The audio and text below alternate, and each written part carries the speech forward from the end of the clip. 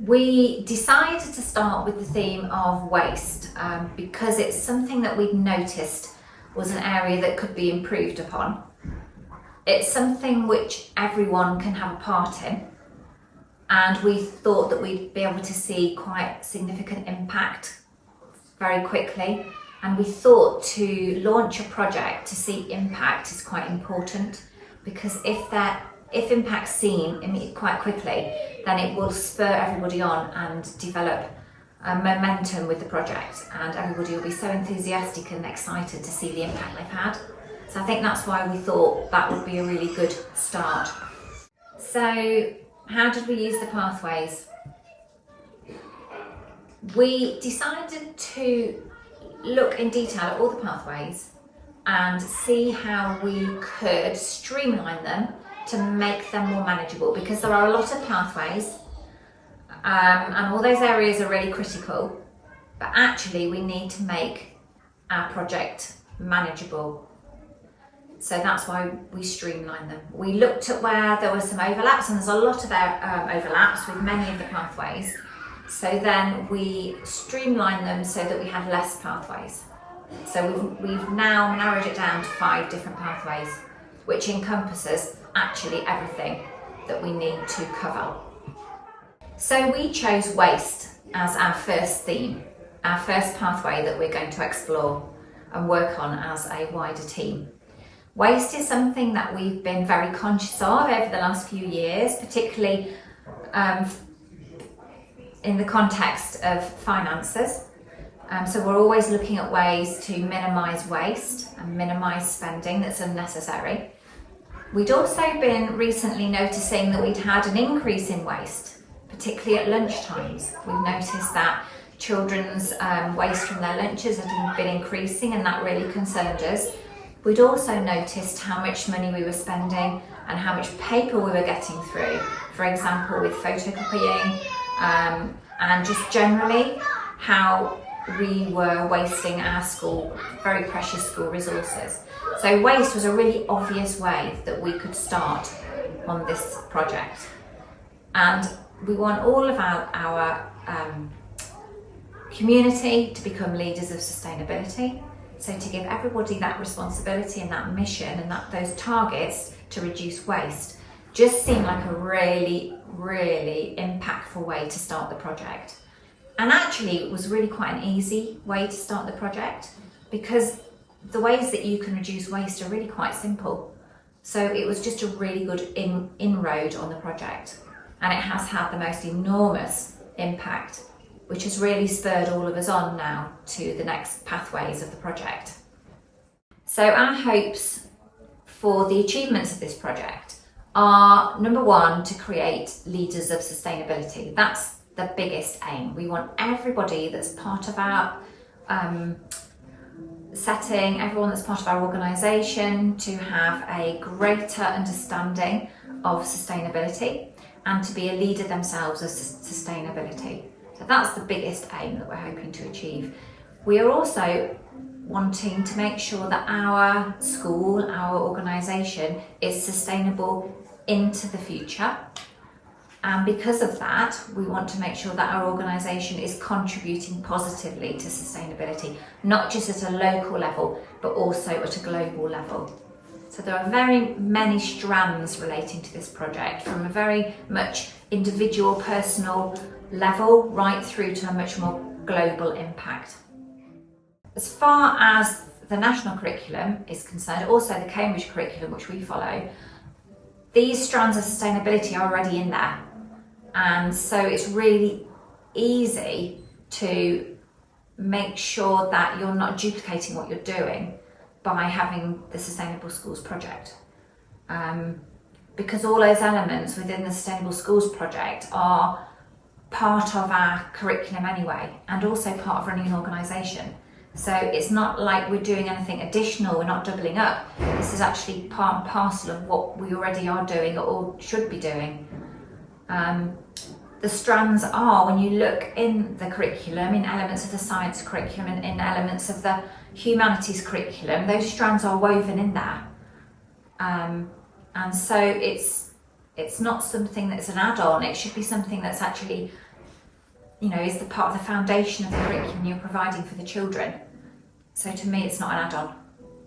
As far as the curriculum's concerned, it's the role of educators to ensure that that is part of many curriculum areas, not just environmental education, but environmental education could be part of many other curriculum areas, through the learning of literacy. There are so many different ways you could weave that in, and it's so important because it is what we need to be focusing on right now to make sure that our planet is here for the future. I mean, there are so many aspects of science and geography which are really, really important in the context of sustainability. And so I'm just not sure how you'll be able to teach one without the other. I mean, it's so relevant, it's so important to children, and it's part of what every child's education should comprise of, because it's just so critical. So it's really important that educationists take that on board and make sure that it is really a rigorous part of every child's education. It's just too important to not be. The reason why it's important the whole school is part of a project is because there will be impact if everybody works together and everyone's aligned. It develops a new narrative within the school, it develops a language, it develops a shared mission, a shared vision. And also, obviously, you're so much stronger in a team than you are individually. It's really important that everybody has the same enthusiasm, the same understanding of the outcomes, and that makes it a really powerful project if everyone's involved. Like it would be with any project, there'll be a far better outcome and a more sustained outcome, because what you're looking at doing is changing behaviours ultimately. And so if you've got that shared ethos, then that is going to be the right pathway to ultimately change behaviours. It's very important to make sure that the senior leaders and stakeholders are on board with any project, especially this project, because they are the ones that are the role models really for the rest of the team, so that's really important. And the rest of the team will be committed if they know that that's a top priority of senior leaders. They will also follow that example as well. If they realise how important it is to senior leaders, then they will take that on board. They need to be driving a project forward. Without that commitment and without that being part of the much bigger picture with regard to finance, with regard to key strategic decisions, then a project wouldn't have longevity. So it is really important that senior leaders are involved and are actually leading by example in the project. That's absolutely critical. It's the role of schools and educators to support children with all aspects of anxiety and helping children self-regulate and understand where the anxiety comes from, but also to relieve anxiety and to support anxiety, there is a need for knowledge and information. So that is what the role of educationists is, to provide the information in a very objective way, so that then children are able to learn more about the topics and the subjects they're concerned about, and then maybe take some steps around doing something about it. Sharing with their feelings with politicians, with environmentalists, taking on their own small projects or bigger projects, getting on social media and sharing how they're feeling. So yes, the school has a very prominent role as far as eco-anxiety is concerned.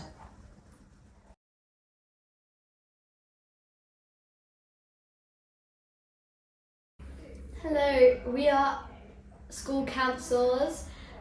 I'm in year 5. I'm in year 5. I'm in year 3. And I'm in year 3. We would like to talk to you about sustainability. A few weeks ago we had a school assembly about sustainability, and we got some children in assembly to talk about what we could do differently at school. Us 3 had a school council meeting. She's not in school council, but she was nominated by a school council to be in with this. By me.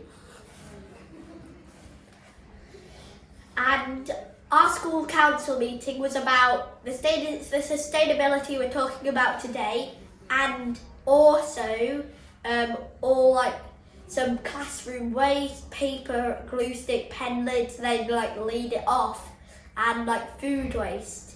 So that's what we're going to talk about today. Okay, well, it's lovely to meet you all. So who's going to start the conversation then? So tell me about this project. So, me and me. So we can, we're trying to lower down all the classroom waste and like paper, glue sticks and pens, because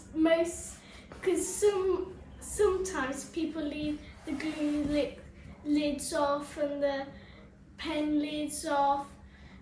And when they leave the pen lids off and the glue lids off, they dry out, and then that leads to more waste in the bin.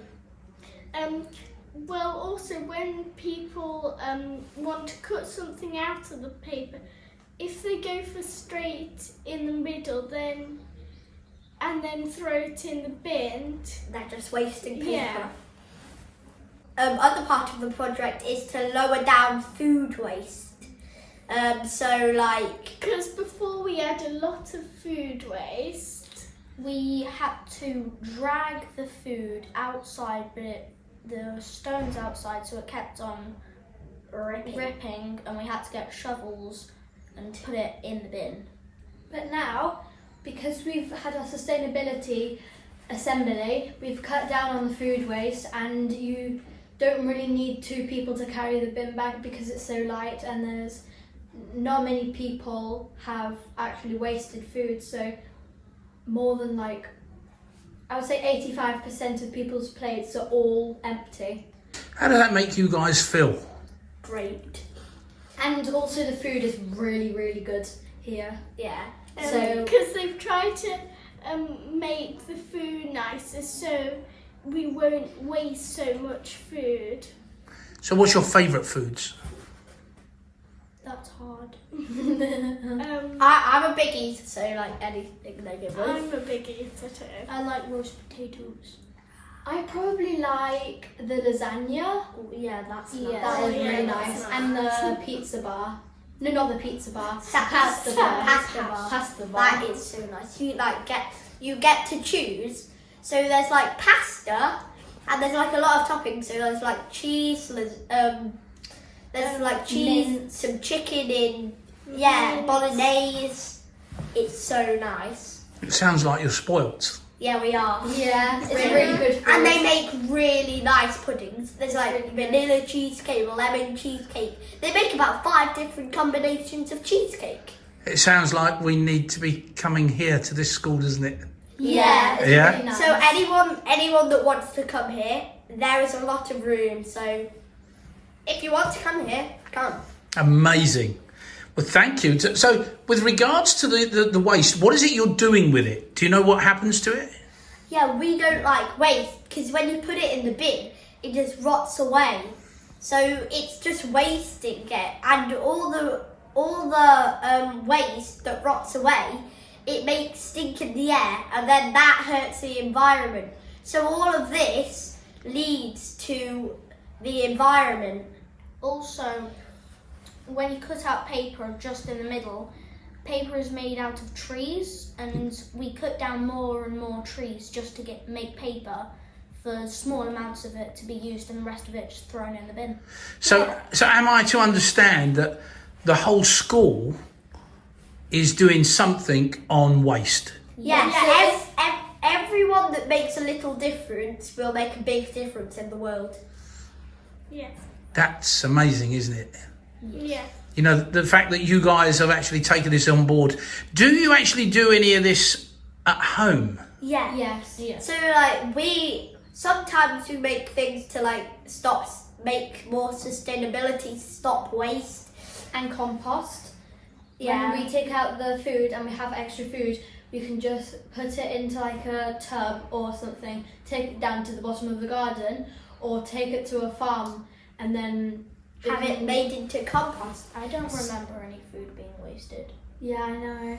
Yeah, in the last like 3 weeks, we've barely had any waste in the lunches. Yeah. Did you know today you've had no waste? Yeah. No ways, that's really good. Yeah, that is so good. Aw, less food for me. So we're looking to it. We invented like a challenge that we make £1,000 out of £100. We've made our own cafe, and all the money that we make, it goes to a charity.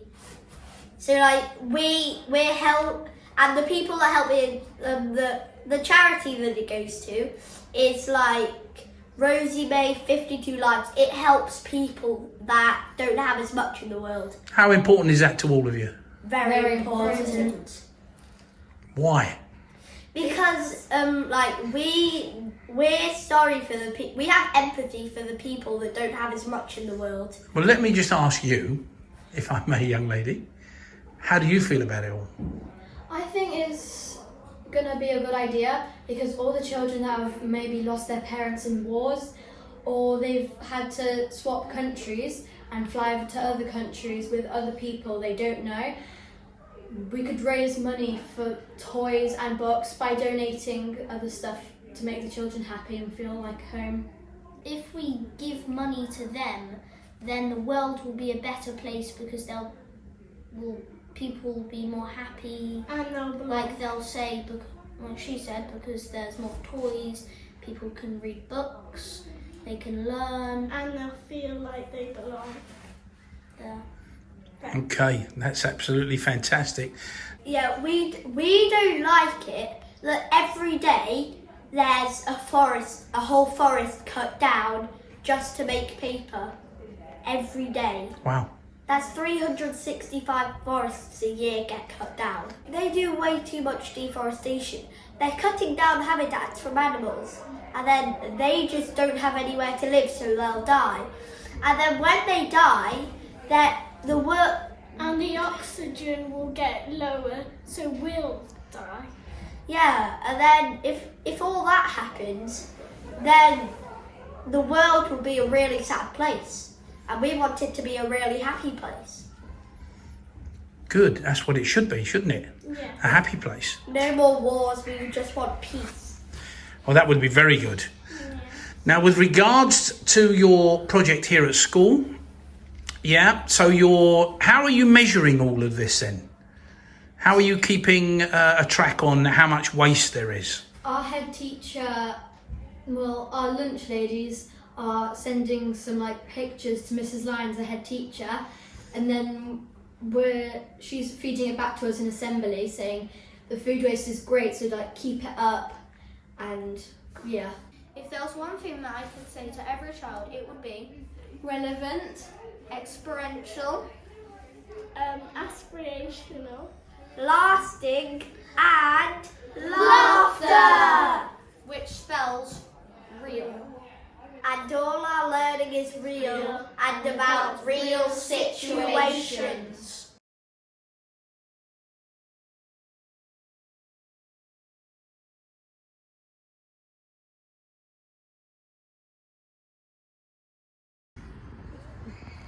So, why did you pick this project? Well, we picked this project because it's eco-friendly and we're doing it so we don't waste electricity, and all the paper goes in the, all the recycling things, which are, all the recyclable items go in the recycling bins. So everything is correct in the correct bins. Why is it so important to you then? Well, because we are very aware about the situation and about all the glaciers melting and places heating up and cooling down from the Arctic air and all the pollution. Can I ask you, how do you feel about climate change? Sad because the polar bears will start drowning because their homes are melting away. And you think by doing this project, you know, you're doing your bit, yeah? We can help them. Yeah. So there's this thing, and it's where every day we go round each classroom 2 times a day and checking to make sure their lights are off, their board is off, and all of the papers in the recycling and the non-papers in the non-recycling. And then if your lights are on or the board is on, or like you don't do it, then you get a dot, and if it's good, then you get a tick. And the person with the most ticks at the end of the week wins this soft toy polar bear to have in their classroom at the end of the week for the next week until it's announced again. So tell me about this form. So these are the classrooms. So this is like a bar chart. Navigators, if the lights are on, it's tick. With form 1, if the bins, if something isn't in the right place, as you can see, there's a dot there. Each tick, one is for the morning and one's for the afternoon, and we do it every day, every break. And how long is it going to go on for, the project? We don't really know, but we're hoping it will stay on throughout the future of Highfields, and there will be more eco-captains doing this later on. And how do we feel about the project so far? I think it's going quite well. You enjoy going out every day and doing this? Yeah, we enjoy doing it. It's quite fun, and it doesn't take too long. And yeah, It's definitely worth it. And what do you think is going to happen once all the data's in? Yeah, what do you think that's going to tell the school? Who's the most eco-friendly classroom? Which classrooms need to like give work, and also on what topics they need to give work on to help. So like on either lights, whiteboard, or bins, whichever one they've got most dots on, they'll need to work on. Whichever classroom gets most dots. So if you're doing this project at school and you're saying it's really important, do you do this at home? Well, I have a system which we used to do, where if you have the lights on, you sometimes can get fined like £1 or £2. Yeah. Do you have anything similar? Well, mostly at our house it's all good, because we don't really have any like boards or TVs that we'll leave on, and everyone in my family's good at turning off lights, and yeah, the bins are always good.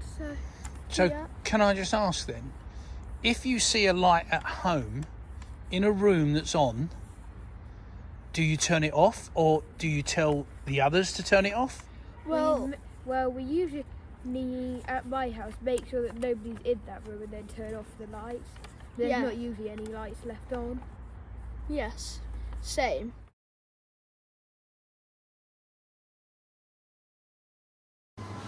So when we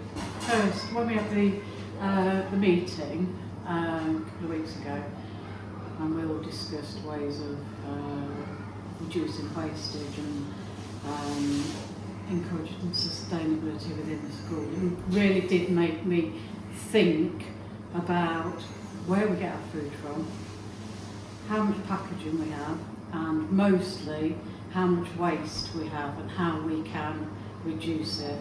So we all spoke in the kitchen and discussed a few things, and I've implemented a few ideas in the dining room with the children to encourage them to think about sustainability.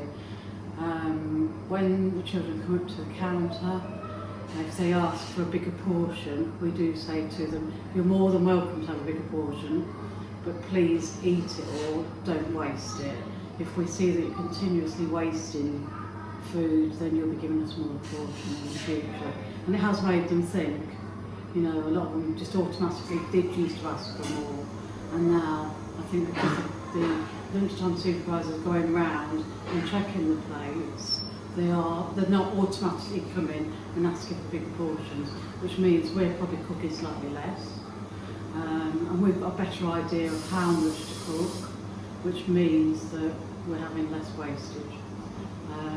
We've been monitoring the food wastage on the counter and in the bins and in the bin in the dining room, and it has been dramatically reduced. And today, I didn't even know you were coming, I can proudly say we had 0 wastage at lunchtime. Everything that we had left was going to be used tomorrow, and they'll be all be used up, so that's fantastic news. So yeah, we're really happy. So it was quite an easy changeover really. It's just thinking about everything that you produce and how, step by step, you can reduce wastage. And when you look at it, it's really easy. Don't produce, for example, on a Friday, we know that all the stock's going to be, any waste, any food that's in the fridge is going to be thrown away. Don't prep too much. We have a 15-minute break in between the 2 sessions. If we run out of lettuce, we just come and prep it, whereas before we would have prepped it all in the morning and then thrown it away. So it's simple little things like that really. No, it hasn't been difficult at all. It's been quite an easy switch over. We all think about it now, and we're all really quite proud when we look at the server at the end of the day and say, this is all we've got left, you know, a dozen roast potatoes and a couple of handful of veg, which probably can be used, the vegetables can be used in the soup. So no, it's been a really easy switch over. I think it's important that every school should implement this, because the children are the next generation, and it's important for them to understand why it's so important for the planet. And also, basically, it saves money, it saves time, and it's only what you do at home. You just look after your own money. So I think all schools should look after the money and equipment and resources as if it's your own, you know. So it's easy to do, and you know, recommended to everybody really. An example of easy saving is the temperature of the water. Yesterday I did mention to the site manager that it's so hot you can't physically put your hand under it without wearing rubber gloves, and otherwise it burns you. So I took the temperature with the probe and realised that it is way above the legal minimum temperature. So I've asked him to turn it down a couple of degrees, because everything gets washed and then gets put through the dishwasher, which sterilises it anyway. So there's no need for us to have scalding hot water. So hopefully that will save a little bit of money. And just overall, I think probably we're saving roughly about 50 to 60 pounds a week on food cost, just by being a little bit more careful.